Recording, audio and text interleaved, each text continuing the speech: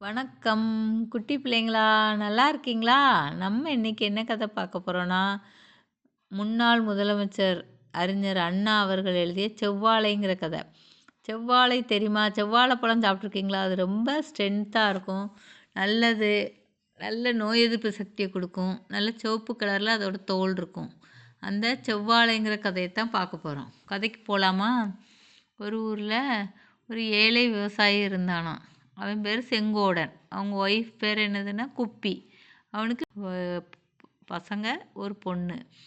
அந்த பையன் பேர் மூத்த பையன் பேர் கரியன். அப்புறம் முத்துன்னு ஒரு பையன், காமாட்சி, அப்படி 4 பசங்க இருப்பாங்க. அவன் ஒரு பண்ணையார் வீட்டில் விவசாயம் பார்ப்பான். அந்த பண்ணையார் பேர் பரந்தாமன்.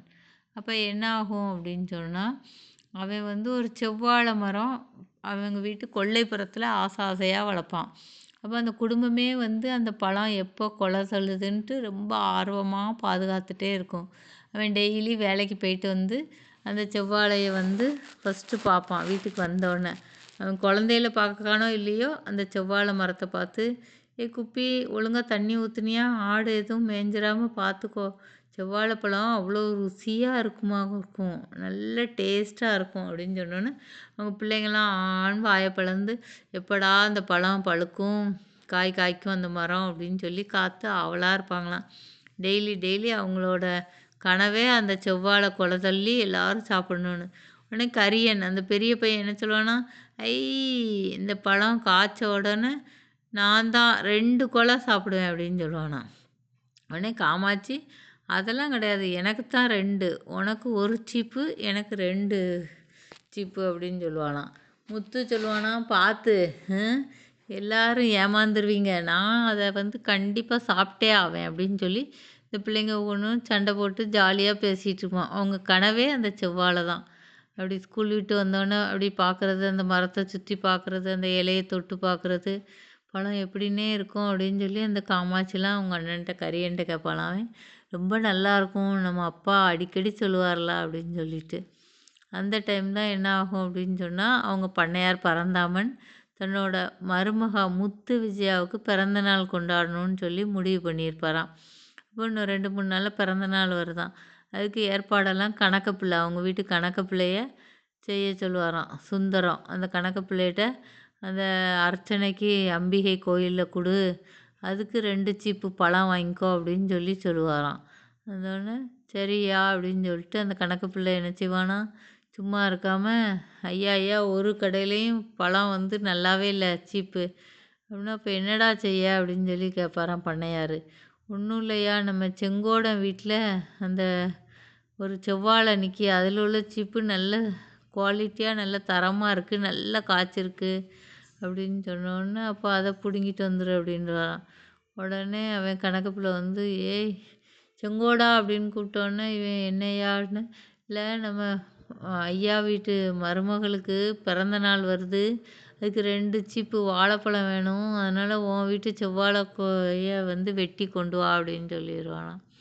அதனால் இவன் யோசிப்பானா, ஐயா அப்படின்னு.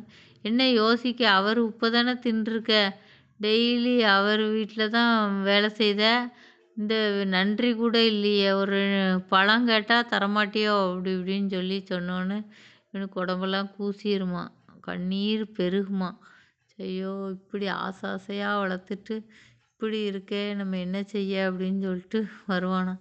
வந்தவுடனே இந்த பிள்ளைங்கள்லாம் விளையாடிக்கிட்டு இருப்பான், இவனால் ஒன்றுமே சொல்ல முடியாதான். அப்போ ஒரு அருவாளை எடுத்துட்டு அந்த இது மரத்தில் அப்படி காய்ச்சி தொங்குமா அந்த செவ்வாழை கொலை, அதை பக்கத்தில் போன உடனே இந்த பிள்ளைங்களாம், ஐ, அப்பா செவ்வாழையை வெட்ட போகிறாங்க, நம்ம எல்லாரும் சாப்பிடணும் அப்படின்னு சொல்லி சுற்றி நிற்குமா. எனக்கு ரொம்ப கஷ்டமாக இருக்குமா. அந்த கொலையை வெட்டுவானா. வெட்டினோடனே இந்த காமாட்சி சொல்லலாம், எப்பப்போ கீழே வைப்பா, நான் ஒரே ஒரு தடவை தொட்டு பார்க்கேன் அப்படின்னு சொல்லுவான். முத்துன்னு சொல்லுவானே, எப்பப்பா ஒரே ஒரு பழம் தாங்கப்பா, எப்படி டேஸ்ட்டாக இருக்குன்னு சொன்னலான்னு. அதனால் அவனுக்கு அப்படியே கண்ணீர் வந்துடுமா. இல்லைப்பா, இது நமக்கு இல்லை, பண்ணையார் வீட்டுக்கு. என்னப்பா சொல்லுத, நம்ம ஆசை ஆசையாக வளர்த்து நீ தானே நல்ல டேஸ்ட்டாக இருக்கும், எங்களுக்கு ஆப்பிள் ஆரஞ்சுலாம் வாங்கி தராட்டியும் இதை தருவேன்னு சொன்னியே, இப்போ இதை எங்களுக்கு இல்லைன்னு சொல்லிச்சேன்னு, என்னப்பா செய்ய, நிலமை அப்படி இருக்குன்னு. அப்புறம் இவன் கொண்டு போயிடுவானான். அந்த சுந்தரம் கணக்கு பிள்ளை வாங்கிட்டு போயிடுவானாம் பண்ணையார் வீட்டுக்கு. இவன் அன்னைக்கு நைட்டு பூரா தூங்கவே மாட்டானாம். அந்த பிள்ளைங்களும் அழுதுகிட்டே இருக்குமா. ரொம்ப கஷ்டமா இருக்கும். என்னென்ன கனவு இந்த பண்ணையார் வீட்டு பிள்ளைகளெல்லாம் ஆப்பிள் ஆரஞ்சுன்னு திங்கும்போது செங்கோட நம்ம பிள்ளைகளுக்கு இந்த இதை கொடுப்போமே அப்படின்னு நினச்சி ஆசை ஆசையாக இருக்கும்போது அதையும் பிடுங்கிட்டு போயிட்டாங்களேன்னு சொல்லி ரொம்ப வருத்தப்படுவானாம். அப்புறம் சரி அந்த பிள்ளைகள் என்ன செய்யன்ட்டு மறுநாள் கவலைப்படாதீங்கப்பா, அந்த பக்கத்தில் ஒரு செவ்வாழை முளைக்கி அது நமக்கு யூஸ் ஆகும். அதில் உள்ள கொலையை கண்டிப்பாக வந்தோடனே உங்களுக்கு தான் தருவேன்னு சொல்லுவானாம். இந்த பிள்ளைங்க ஆமாம் இப்படி தான் ஏமாற்றிக்கிட்டே இருப்பேன்ட்டு கறியும் ஒரே அழுது எனக்கு ஒரு 4 நாள் கொடு, கடையிலையாவது நான் செவ்வாழைப்பழம் வாங்கி திங்க போகிறேன் அப்படின்னு அழுவானாம். குப்பி வேறு வழி இல்லாமல் அந்த மசாலா டப்பாலேருந்து ஒரு 4 நாள் எடுத்து கொடுப்பாளாம். போ வாங்கி சாப்பிட்ணும் சரின்னு இந்த கரியன் அதை கொண்டுட்டு ஓடி அந்த பக்கத்து பெட்டி கடையில் பார்த்தா செவ்வாழை தொங்குமா 2 சீப்பு. அதில் ஒரு பழம் கேட்பானாம். உடனே அந்த கடைக்காரர் என்னடா இது 4 நாள் கொண்டு வந்துட்டு ₹1 பழத்தை கேட்க, ₹1 இருந்தால் தான் உனக்கு அப்படின்னு சொல்லிடுவாராம். இவனுக்கு அப்படி ஏக்கமாக அதை பார்ப்பானாம். அதுக்கப்புறம் வேர்க்கடலை வாங்கிட்டு வந்துடுவானாம். ஆனால் இவனுக்கு தெரியாது இது இவங்க வீட்டு செவ்வாழை தான்ட்டு. ஏன்னா கணக்கு பிள்ளை கொண்டு போவேலே 2 சீப்பு ஆஞ்சி ஒளிச்சு வச்சுட்டு மிச்சத்தை தான் கொண்டு பண்ணையார்கிட்ட கொடுப்பான். அதை இந்த கடைக்காரன்ட்ட கணக்கு பிள்ளை விற்றுருப்பான். அப்போ எவ்வளோ இது மனசு வருத்தமாக இருக்கும் இந்த பிள்ளைங்களுக்கு. செவ்வாழையை பார்த்துக்கிட்டே அதுங்க அப்படி இதாயிருமா. மறுநாள் என்னடானா அவங்க அப்பா செவ்வாழையை வெட்டுவானா. என்னப்பா செவ்வாழை மரத்தையே வெட்டுதீங்க அப்படின்னு சொல்லி கரியன் கேட்பானா. ஒன்றும் இல்லைடா, நம்ம பக்கத்து வீட்டு பார்வதி பாட்டி செத்து போயிட்டாங்க, அந்த பாடையில் கட்ட தான் அந்த வாழையை வெட்டிட்டு போகிறேன் அப்படின்னு சொன்னோன்னே இந்த பிள்ளைங்களும் சரின்னு சொல்லிடுமா. வெளில போய் பக்கத்து வீட்டு பிள்ளைகிட்டலாம் இந்த பார்வதி பாட்டி பாடையில் எங்கள் செவ்வாழை மரத்தை தான் கட்டியிருக்கு அப்படின்னு சொல்லுவாங்களாம். அதான் இவங்களோட நிலைமையை பார்த்தா ரொம்ப பாவமாக இருக்கும். இது 1949 அறிஞர் அண்ணா எழுதின கதை. ஏறக்குறைய 70-75 வருஷங்கிட்ட ஆகுது.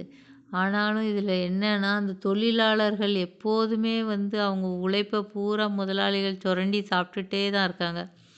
இவங்க எப்போவுமே இலவு காத்த கிளி மாதிரி தான் அந்த அவங்களோட கனவுகள் ஆசைகள் எல்லாத்தையும் முதலாளி வர்க்கத்துக்காக இது பண்ணிகிட்டே தான் இருக்காங்க. அதைத்தான் அறிஞர் அண்ணா அந்த நாளையிலே சொன்னார். என்ன குழந்தைகளா, இந்த கதை உங்களுக்கு பிடிச்சிருக்கா?